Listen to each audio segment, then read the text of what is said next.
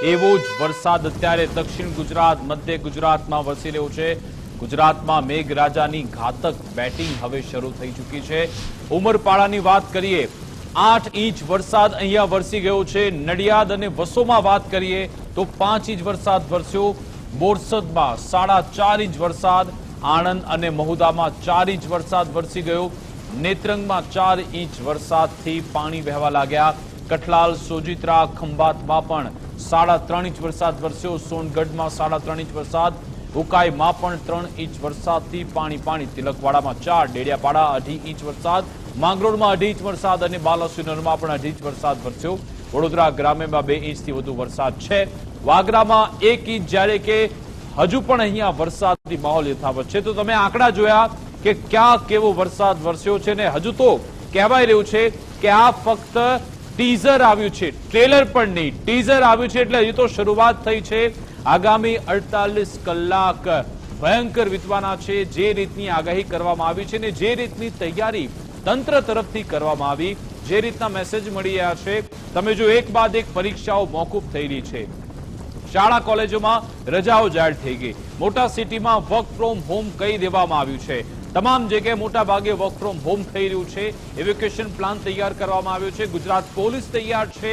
એસઈઓસી ત્યાં સતત એક બાદ એક બેઠકો થઈ રહી છે અને એટલા માટે જ સ્થિતિ અત્યારે ખૂબ ગંભીર છે।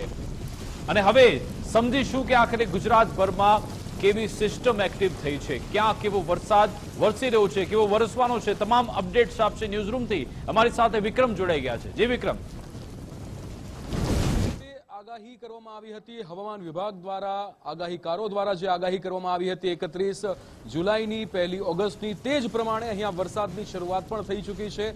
અમદાવાદમાં આપણે જોયું કે છેલ્લા 30 મિનિટની અંદર જ જે ધોધમાર વરસાદ ખાબક્યો, સાથે જ અત્યારે દક્ષિણ ગુજરાતમાં પણ વરસાદી માહોલ જામ્યો છે। અલગ અલગ વિસ્તારોના આપણે જે અપડેટ આપી રહ્યા છીએ, ત્યારે વિંડીના માધ્યમથી સમજીએ કે આવનારા જે 3 કલાક છે તે કઈ કઈ જગ્યાએ ભારે રહેવાના છે। આમ તો આજે 31 જુલાઈથી જે વરસાદની શરૂઆત થવાની છે, 1 ઓગસ્ટે પણ ભારે વરસાદ રહેવાનો છે, પણ આપણે જો વિંડીના માધ્યમથી સમજીએ તો 4 વાગ્યા બાદનો આપણે માહોલ જો સમજીએ તો દક્ષિણ ગુજરાતમાં જે અહીંયા સિસ્ટમ બની રહી છે, આપ જોઈ શકો છો, આ સૌથી મોટી સિસ્ટમ આખા દક્ષિણ ગુજરાતને આવરી લે તેવી મોટી સિસ્ટમ અહીંયા જોવા મળી રહી છે। સુરત આસપાસ તમામ વિસ્તારોની અંદર આ સિસ્ટમ જે બની છે અને અહીંયા એવું પણ આ સિસ્ટમથી આપણે સમજી શકીએ કે મિનિમમ 3 થી 4 ઇંચનો વરસાદ આ સિસ્ટમ બનવાથી અહીંયા પડે તેવી પણ આગાહી કરવામાં આવી છે। અને આ સિસ્ટમ એટલી હેવીથી અહીંયા ભારેથી અતિ ભારે વરસાદની જે સિસ્ટમ છે તેના કારણે આખા સમગ્ર દક્ષિણ ગુજરાતની જો આપણે વાત કરીએ વરસાદી માહોલ જામશે, ત્યારે મધ્ય ગુજરાતમાં પણ આ સિસ્ટમ જે છે એ ધીરે ધીરે આગળ વધી રહી છે।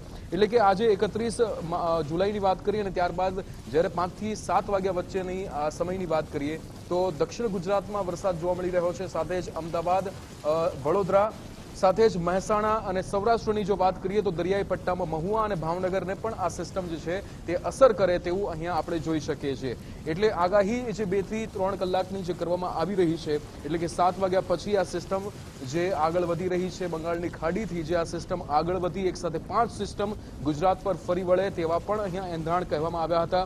ત્યારે એ જે 5 સિસ્ટમ જે છે તે ધીરે ધીરે આગળ વધી રહી છે। ડીપ ડિપ્રેશન અહીંયા ગુજરાત પર બન્યું અને જેના કારણે આ ભેજવાળા પવનોના, ભેજવાળા વાદળોના કારણે આ જે સિસ્ટમ છે તે ભારે વરસાદ લાવે ગુજરાત પર તેવી પણ આગાહી કરવામાં આવી છે। અને આપણે જોઈ શકીએ છીએ 8 વાગ્યા બાદ જે આ સિસ્ટમ છે તે સમગ્ર સૌરાષ્ટ્રમાં, સાથે જ સુરત અને મધ્ય ગુજરાતમાં, અમદાવાદ આસપાસના તમામ વિસ્તારોમાં વરસાદ ફરી વળે તેવી પણ આ સિસ્ટમમાં આપણે આગાહી જોઈ શકીએ છીએ।